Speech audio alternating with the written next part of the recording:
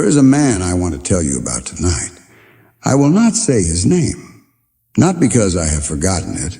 I have not forgotten a single thing about him, but because when I describe him to you, you are going to recognize someone, and that someone may be you. So I will protect his name, and I will let the story do what stories have always done when they are true. I will let it find you. He was 81 years old when he sat down across from me. 81 years old, and he had been a religious man for every single one of those years. He was raised in a devout home. He prayed every morning before the sun came up. He fasted on the appointed days. He gave generously. He served his community. He wore his observance the way a soldier wears his medals, not with arrogance, but with a deep and settled pride. This man had done everything right. Everything the tradition asked of him he had given. And he sat down across from me in this very chair, and his hands were shaking. Not from age, from something else. He looked at me for a long moment, and then he said, in a voice barely above a whisper, "Rabbi, I need to confess something to you, something I have never said out loud in my entire life." I said, "Tell me." And he took a long breath, and he said this. He said, "I don't think I have ever loved God. Not truly. Not even once. Every prayer I prayed, every fast, I kept every coin I put in the charity box. I think I did all of it because I was afraid. Afraid of punishment. Afraid of what would happen to me if I stopped. Afraid of the silence that would be left if I walked away. But love." He shook his head slowly, and I saw something break open behind his eyes. He said, "I don't know what that feels like. I don't know if I have ever felt it. I want you to sit with that for a moment." An 81-year-old man, decades of devotion, a lifetime of religious practice, and underneath all of it, underneath the prayers and the fasting and the giving and the attending, underneath every single layer of it was not love, was fear. And here is what I told him. I leaned forward and I took his trembling hands in mine and I said, "My friend, you have just said the bravest and most honest thing you have ever said in your life, and God heard every word of it. And he is not angry. He is not disappointed. He is waiting. He has been waiting for 81 years for you to say exactly what you just said." That man wept for the better part of an hour. And when he left my office, something in him had been released, something that had been locked up for 8 decades, and I believe with everything in me that his last years on this earth were the first years he had ever truly lived. I am telling you this story tonight because you need to hear it, because you are not so different from that man, because the spiritual epidemic of our generation, the hidden, quiet, devastating epidemic that no one is talking about from the pulpit, is not unbelief. It is counterfeit devotion. It is the terrible widespread condition of people who appear devoted to God, who pray, who serve, who give, who post scripture and wear crosses and attend every service and say all the right things in all the right ways, but who, if you cut beneath the surface of all that activity and went down to the very root of it, you would not find love. You would find fear.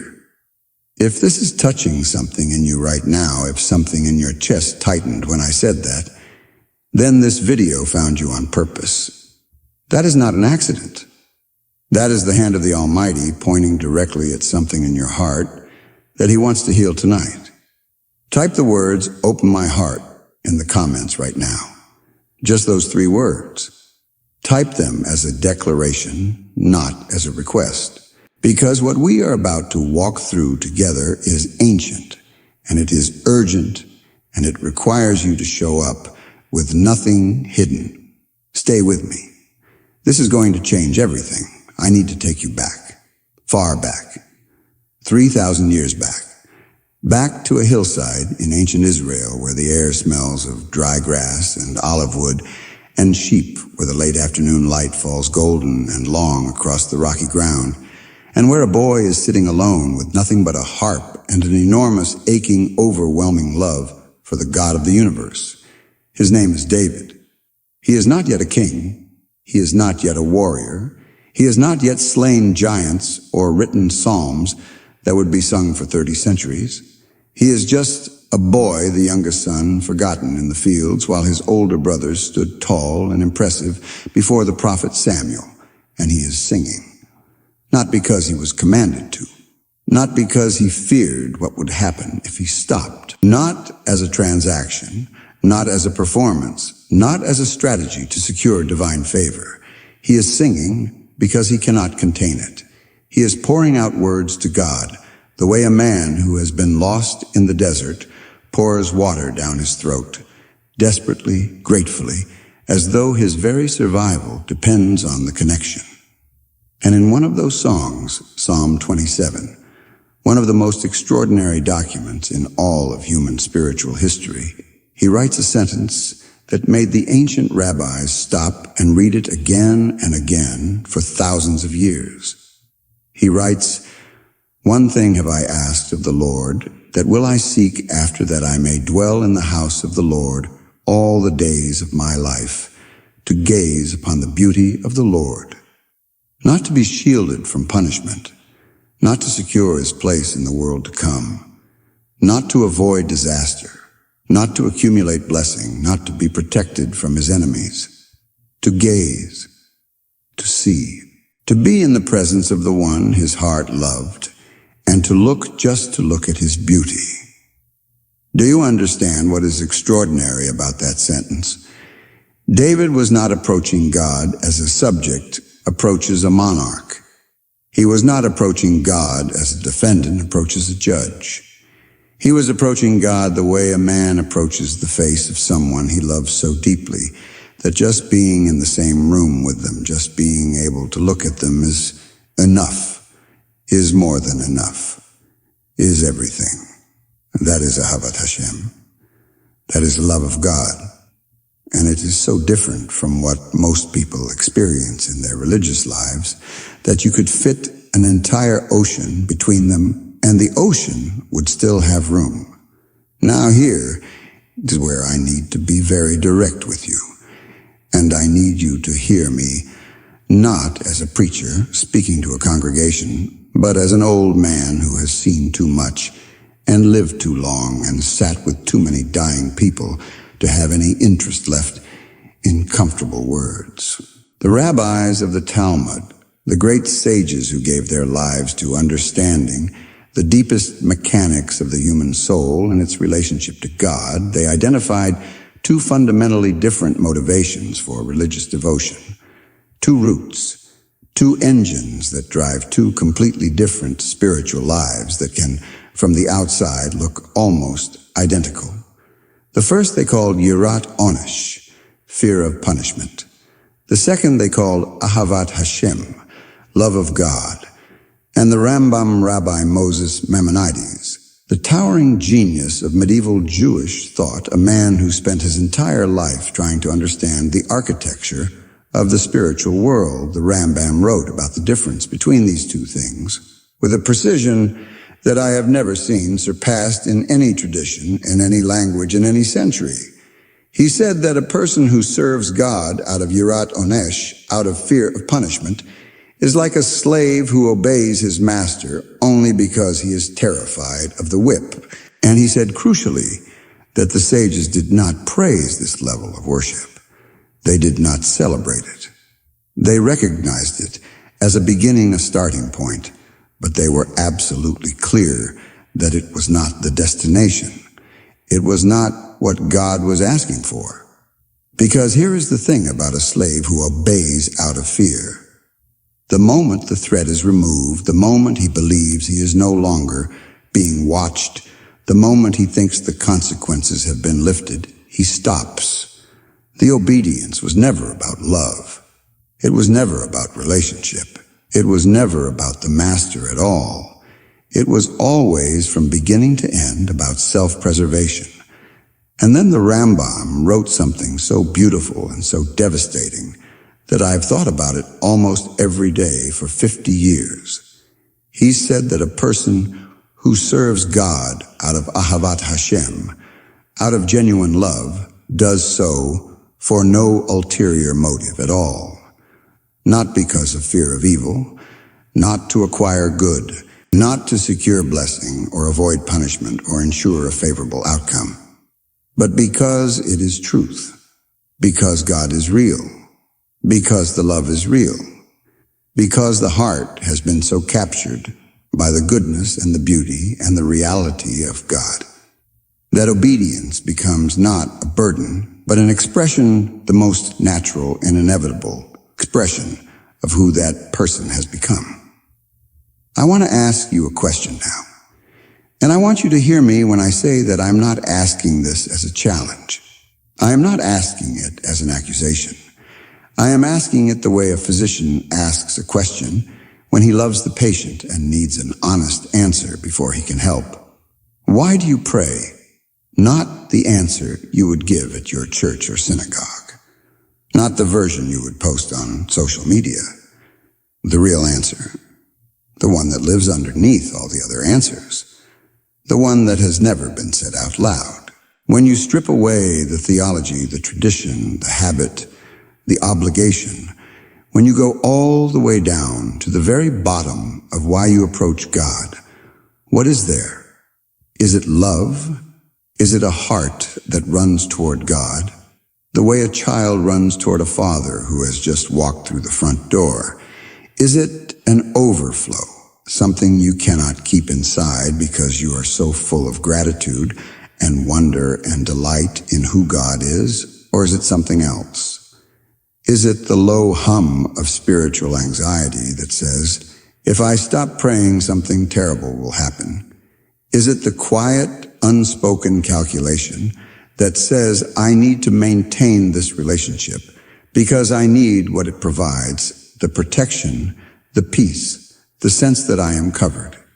Is it the fear of what the silence would mean if you stopped the terrifying possibility that if you turned away from all this religious activity, you might discover that God was never as close as you thought? I have been doing this for more than 50 years. I have sat in this chair or chairs like it with thousands of people, men and women of every background, every denomination, every level of religious sophistication. And I want to tell you what I have found at the root of most religious devotion when you dig all the way down. Not love. Fear dressed in love's clothing. And I say this not to condemn you. I say this because you cannot fix what you cannot name. I say this because the Almighty does not want your compliance. He has never wanted your compliance. From the very beginning, from the moment he breathed life into the first human being, what he has always been asking for, what he has been reaching toward in every covenant and every command and every act of redemption throughout all of human history, is your heart, your actual heart. Not the performance of your heart, not the ritual that represents your heart. Now I need to take you somewhere specific, because there is a pattern hidden inside this truth, an ancient pattern that the Kabbalistic masters of Seift in the 16th century wrote about in books that most people have never seen. And this pattern, when you understand it, will explain things about your spiritual life that have confused and frustrated you for years. Here is the pattern. And follow me carefully, because this is where it gets important. When a person approaches God primarily out of fear, when Yirat Onesh is the root of the devotion, the spiritual life has a particular shape. It spikes in times of crisis and goes flat in times of calm. It is most intense when the person feels most threatened, when the diagnosis comes back, when the business is failing, when the marriage is fracturing, when the child is lost, and then when the crisis passes, the devotion subsides. not necessarily to zero, but it becomes mechanical again, habitual. It goes back to being compliance rather than connection. And here is the devastating consequence of that pattern. The Kabbalists taught that blessing bracha does not flow into a vessel that is clenched. It cannot. The spiritual channels through which divine abundance moves are opened by love and closed by fear. Not because God is punishing the fearful person, but because fear, by its very nature, closes the hand and closes the heart. And an open hand and an open heart are the prerequisites, the absolute prerequisites for receiving what God is trying to pour. This is why some of the most devout people, the most faithful, the most observant, the most religiously active, are also the most spiritually dry. This is why there are people in churches and synagogues all over this country who have been praying for the same breakthroughs for 20 years and nothing has moved. Not because God has forgotten them, not because they are being punished, but because the posture of fear, however sincerely maintained, however faithfully practiced, cannot receive what the posture of love opens to receive. Let me name some of you specifically right now, because this is not an abstract theological discussion. This is about your actual life. Maybe you have been faithfully doing everything right for years. You pray, you tithe, you serve, you show up, you have the language and the attendance record and the spiritual vocabulary. But there is an emptiness at the center of it, a hollow place where joy is supposed to live, and no amount of additional religious activity fills it. You do more, you give more, you pray longer, and the hollow place stays hollow. That is the signature of Yirat Onesh. That is what religious performance without love feels like from the inside. And I want you to know with the absolute certainty of everything I have seen in 5 decades of ministry, that this emptiness is not a sign that God has abandoned you. It is a sign that He is asking for something different. Not more activity. A different kind of heart. Maybe you are in a season of financial pressure. The debt is real and it has a spiritual weight to it.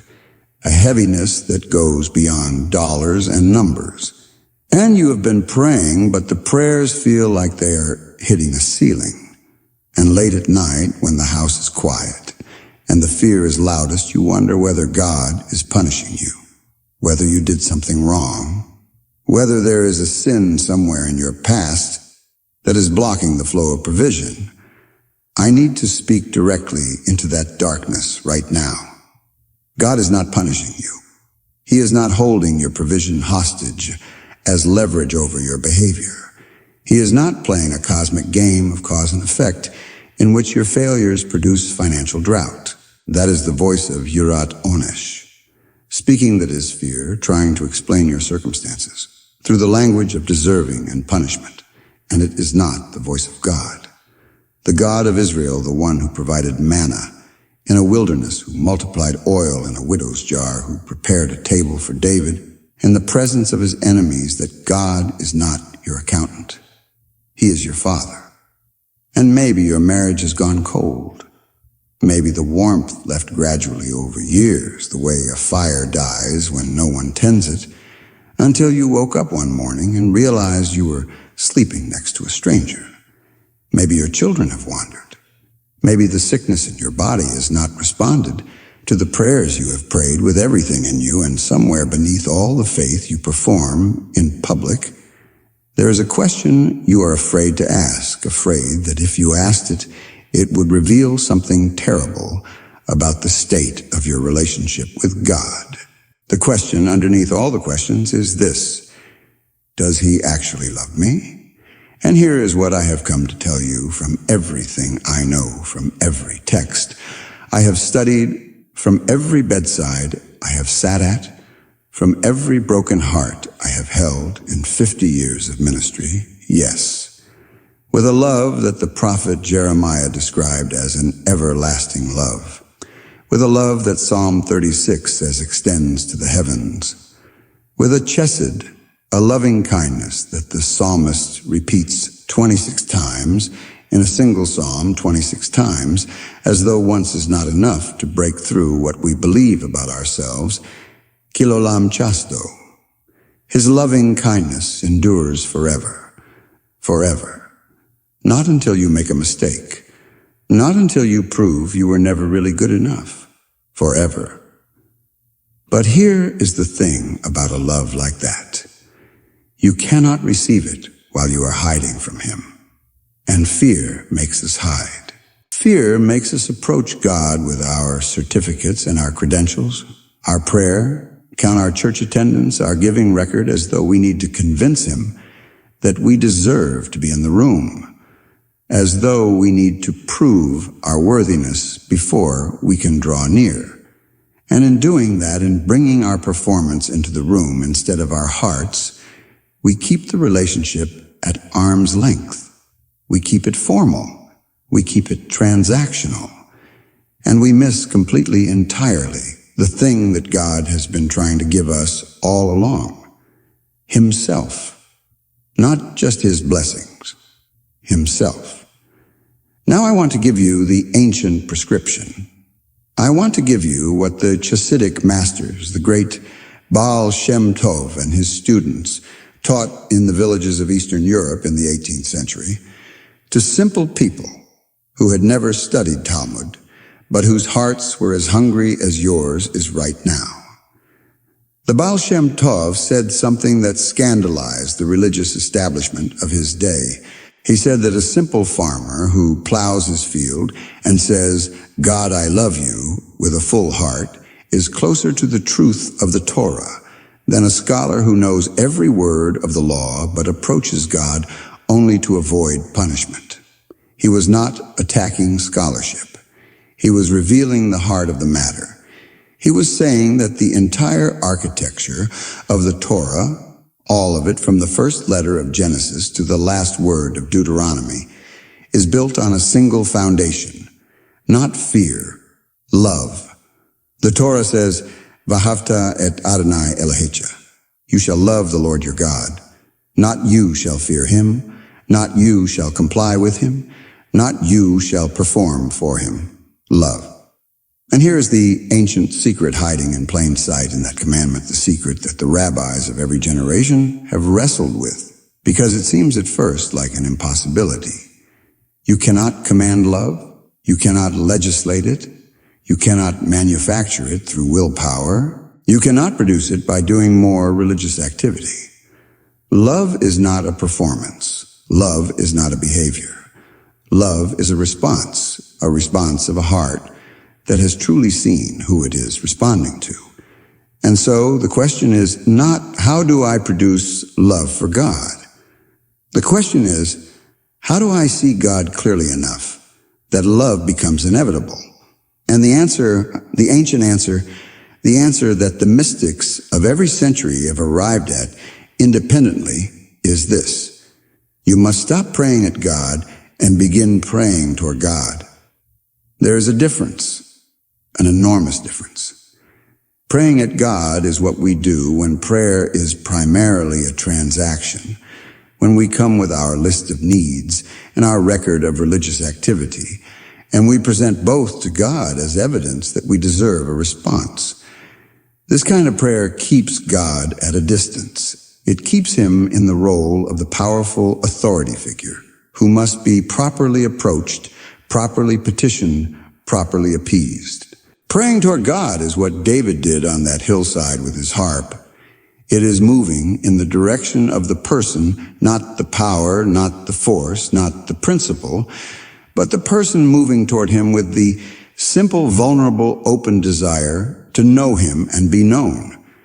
And what you discover when you begin to pray that way, what I have seen hundreds of people discover, people who had been religious all their lives and had never experienced this, is that God is not a distant authority who must be approached with credentials. He is a father who has been leaning forward in his chair, waiting for you to walk through the door. So here is what I want you to do. not tomorrow. Tonight, I want you to find a quiet place, not necessarily a prayer room, not necessarily a formal prayer posture. Your kitchen table at midnight is fine. Your backyard under the stars is fine. Your car in the driveway is fine. Anywhere that is quiet enough for you to hear your own heart.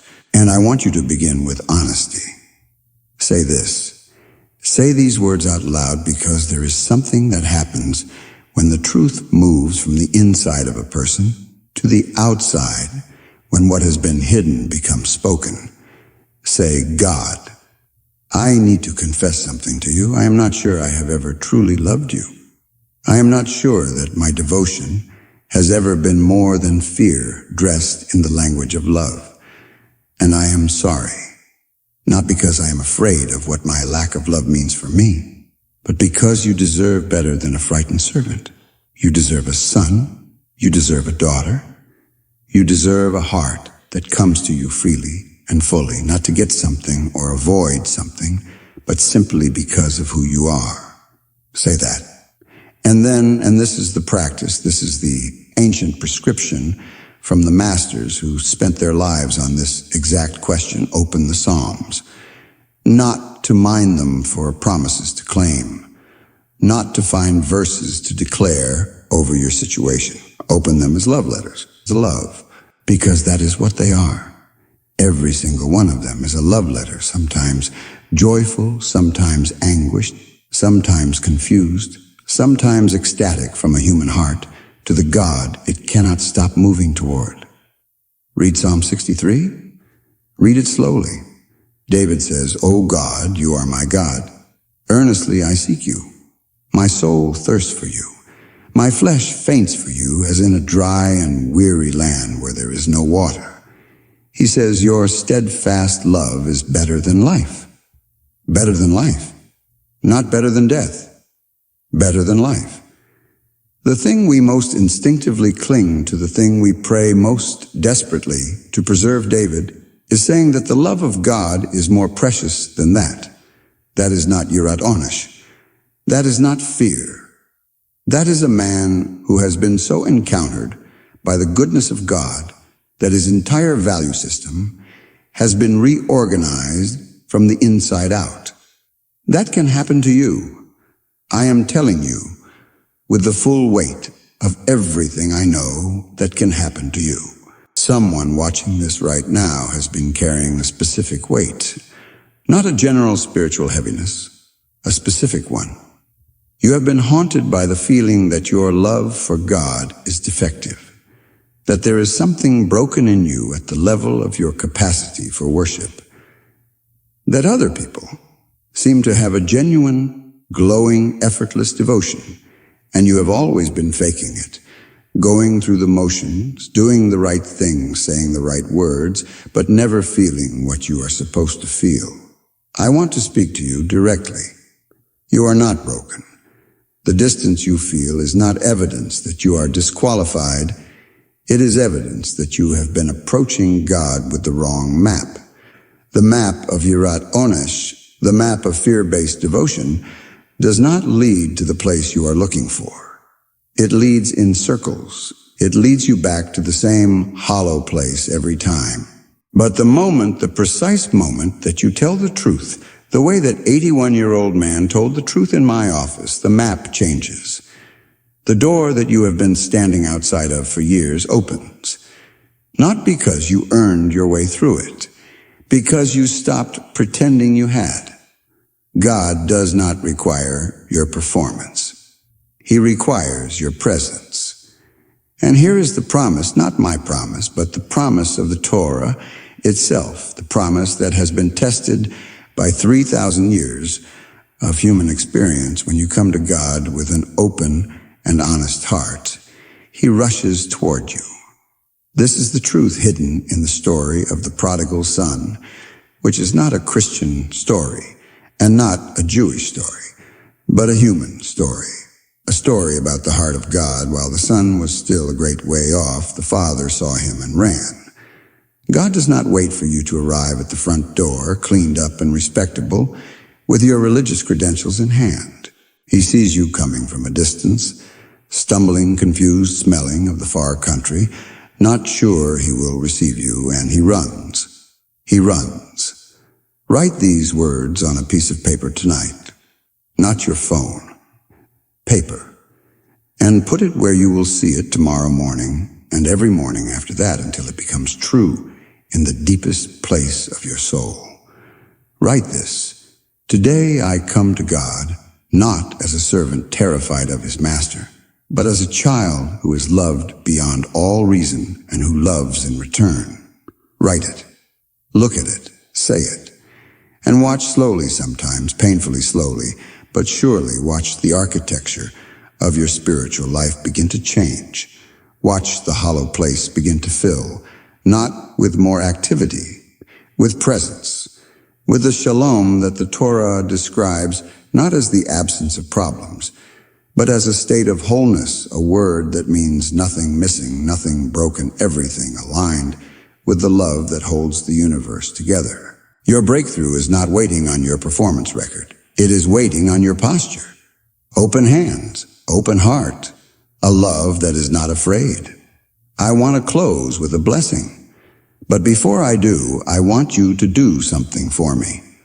Leave a comment below right now before you click away, before you let the moment pass. Leave a comment that says, I choose love over fear, because there is a declaration that takes place when we move something from the secret place of the heart into the visible world. And you need to make that declaration tonight. Not for me, for yourself. For the version of you that is going to wake up tomorrow with a different map, a different route, a different way of walking toward God. Every person who likes this video sends it to someone who is still trapped in the exhausting, joy-killing theology of performance and fear.